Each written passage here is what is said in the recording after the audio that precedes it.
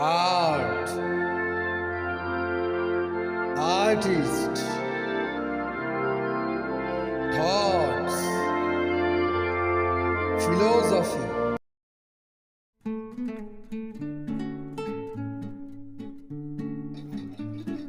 Raphael was born in the small but artistically significant central Italian city of Urbino in the Marches region, where his father Giovanni Santi was court painter to the Duke. The reputation of the court had been established by Federico da Montefeltro, a highly successful condottiere who had been created Duke of Urbino by Pope Sixtus IV. Urbino formed part of the papal status, and who died the years before Raphael was born. The emphasis of Federico's court was more literary than artistic. But Giovanni Santi was a poet of a sort as well as a painter, and had written a rhythmic chronicles of the life of Federico, and both wrote the texts and produced the decor for masque. Like court entertainment, his poem to Federico shows him as keen to demonstrate awareness of the most advanced North Italian painters and early Netherlandish artists as well. In the very small court of Urbino, he was probably more integrated into the central circle of the ruling family than most court painters. Federico was succeeded by his son, Guidobaldo da Montefeltro, who married Elisabetta Gozanga, daughter of the ruler of Mantua, the most brilliant of then the smaller Italian courts for both music and the visual arts. Under them, the court continued as a center for literary culture. Growing up in the circle of a small court gave Raphael the excellent manners and social skills traced by Vasari. Court life in Urbino at just after this period was to become set as the model of the virtues of the Italian humanist court through Baldassare Castiglione's descriptions of it in his classic works, the Book of the Courtier, published in 1528. Castiglione moved to Urbino in 1504, when Raphael was no longer based there but frequently visited, and they became good friends. Raphael became close to other regular visitors to the court, Pietro Bibina and Pietro Bembo. Both later cardinals were already become well known as writers and would later be in the Rome during Raphael's periods there. Raphael mixed easily in the highest circle throughout his life. One of the factors that tended to give misleading impressions of effortlessness to his career. He did not receive a full humanistic education, however, it is unclear how easily he read Latin.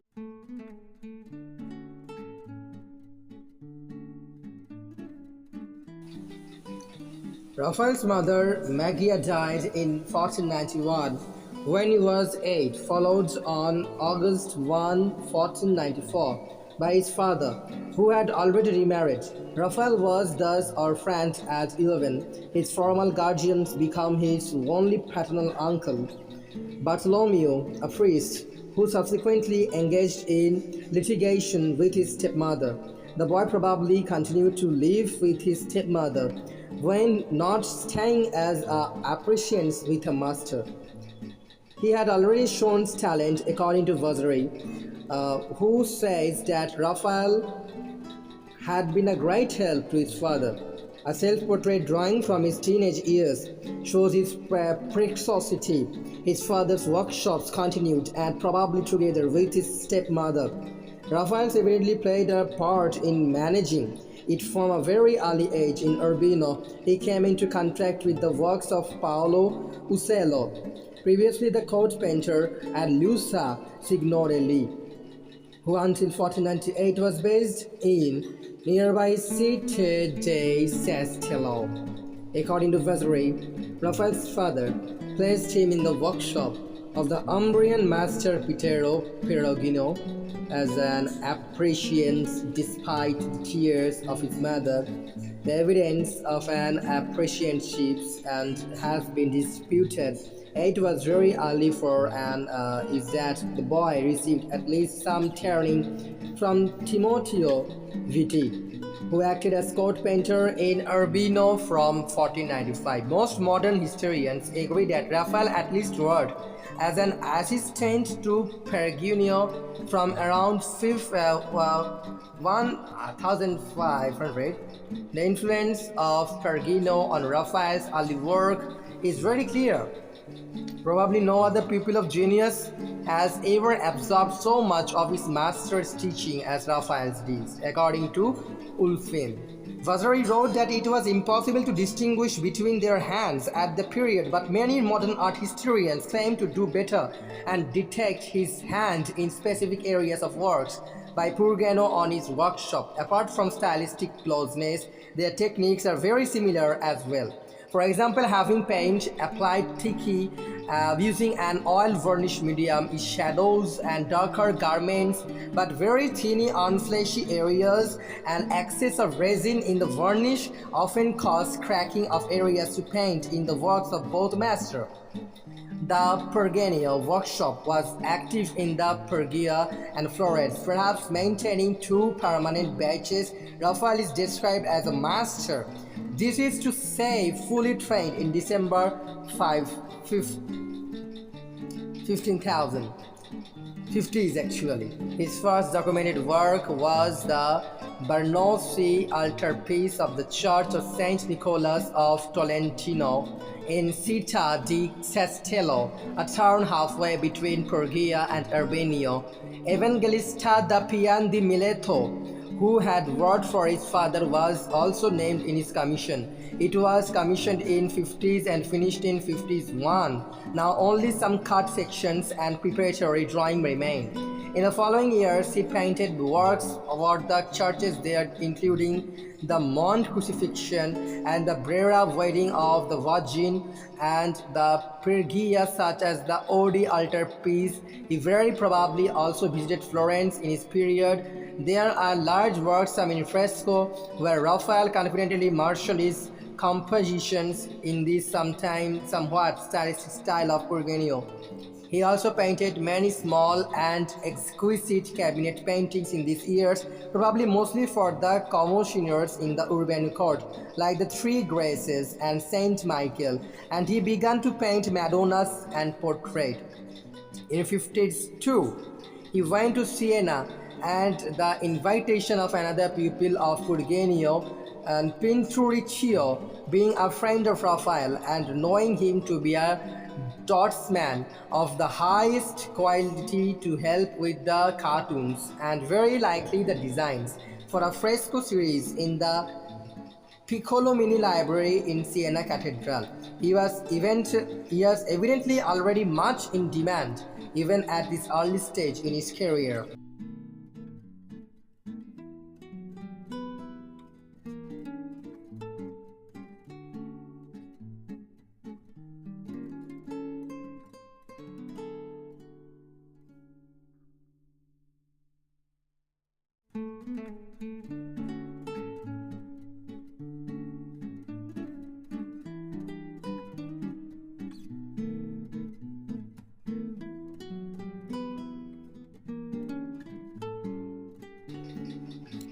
Raphael led a nomadic life, working in various centuries in northern Italy, but spent a good deal of time in Florence. Perhaps from about 54, although there is traditional reference to a Florentine period of about 1504 to 1508, he was possibly never a continuous resident there.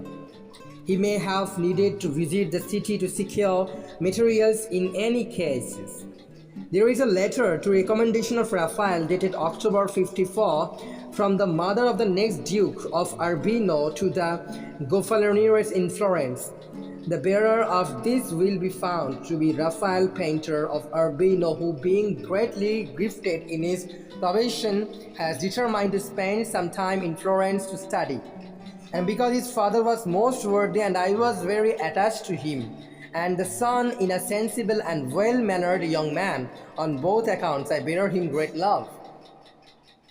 As earlier with Purgano and others, Raphael was able to assessment the influence of Florentine art while keeping his own developing style. Frescoes and Purgia about 55 shows a new momental quality in this figure which may represent the influence of Fra Bartolomeo, who Vasari says was a friend of Raphael. But the most striking influences in this work of these years is Leonardo da Vinci, who returned to the city from the 50s to 60s. Raphael's figure began to take more dynamic and complex position, and though yet his painted subjects are still mostly tranquil, he made drawn studies of fighting nude man, one of the obsession of the period in Florence. Another drawing is a portrait of a young woman that uses the three-quarter length and pyramidal composition of just completed Mona Lisa, but still looks completely Raphaelesque. Another of Leonardo's compositional invention, and the pyramidal Holy Family was represented in a series of works that remain among his most famous easel paintings. There is a drawing by Raphael in the royal collection of Leonardo's Lost Leda and the Swan, for which he adapted the contrapposto pose of his own Saint Catherine of Alexandria. He also perfects his own version of Leonardo's sfumato modeling to give subtlety to the painting of flesh, and develops the interplay of glances between his groups, which are much less and enigmatic than those of Leonardo, but he keeps the soft clear light of Purgenio in his painting. Leonardo was more than 30 years older than Raphael, but Michelangelo, who was in Rome for this period, was just 8 years his senior. Michelangelo already disliked Leonardo, and in Rome came to dislike Raphael even more, attributing conspiracies against him to the younger man.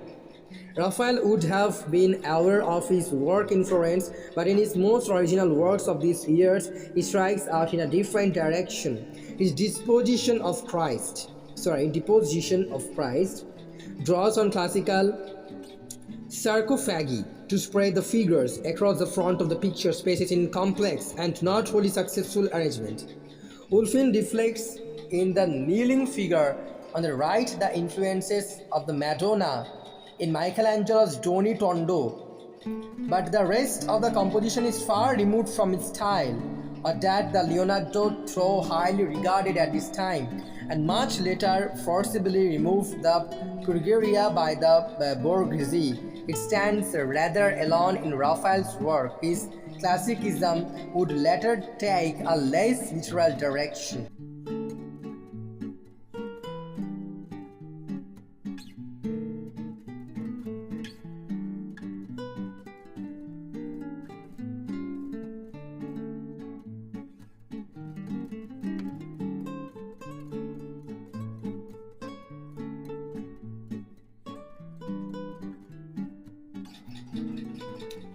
In 58, Raphael moved to Rome, where he resided from the rest of his life. He was invited by the new Pope,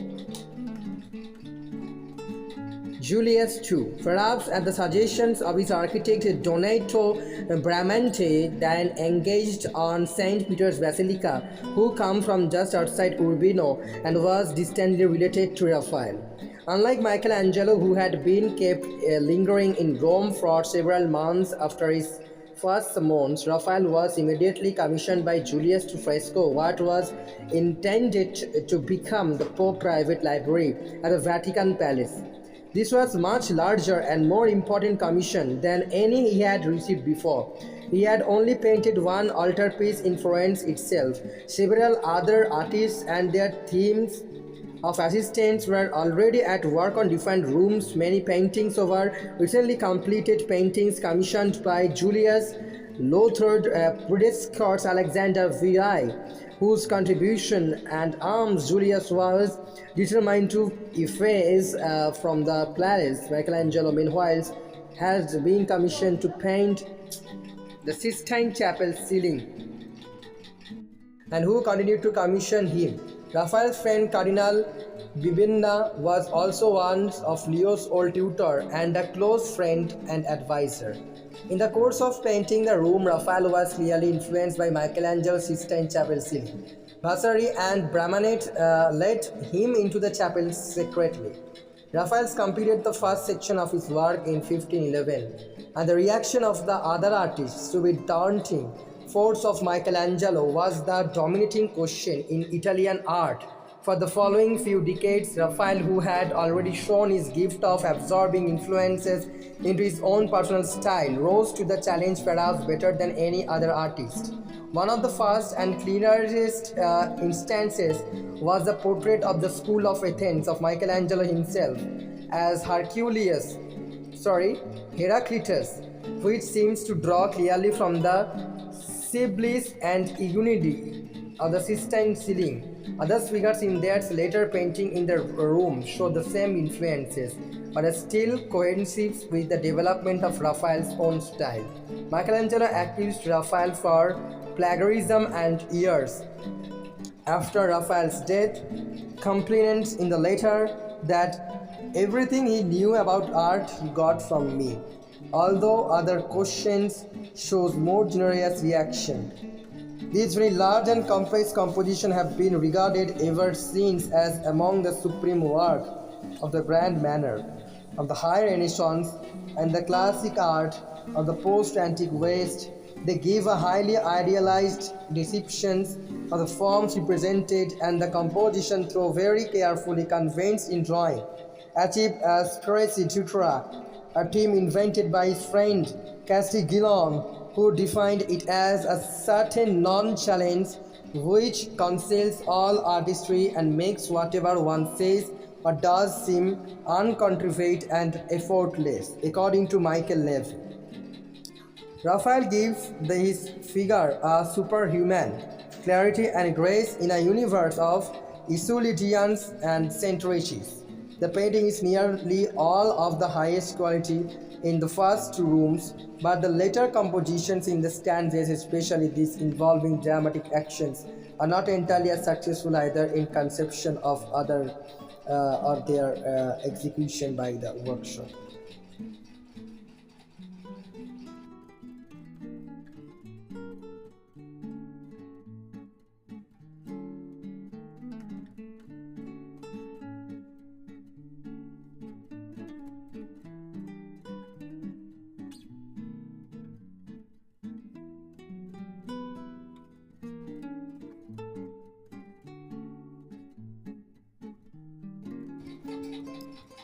The Vatican project took most of his time, although he painted several portraits, including those of his two main patrons, the Popes Julius II and his successors Leo X. The former considered one of his finest, others portraits were of his own friends like Castiglione on the immediate papal circle.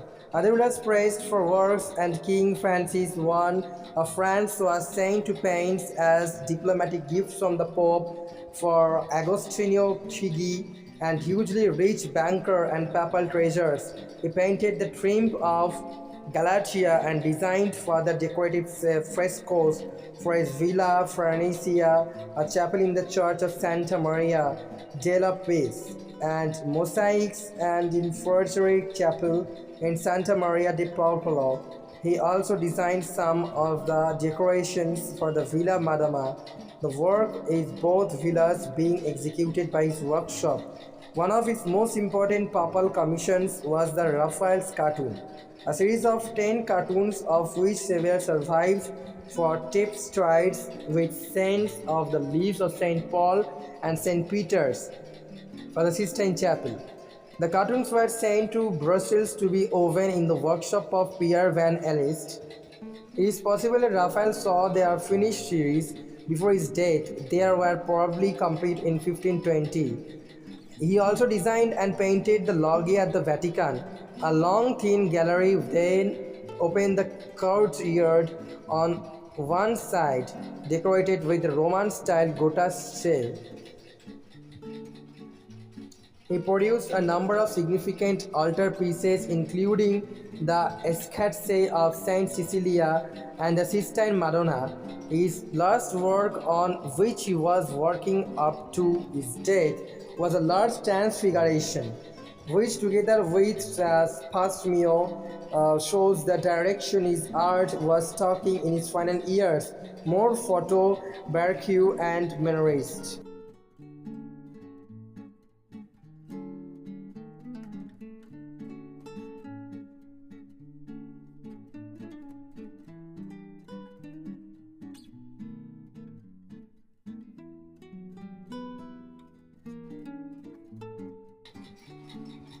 Raphael painted several of his works on wood support Madonna of the Pinks, but he also used canvas Sistine Madonna, and he was known to employ during oils such as linseed or walnut oils.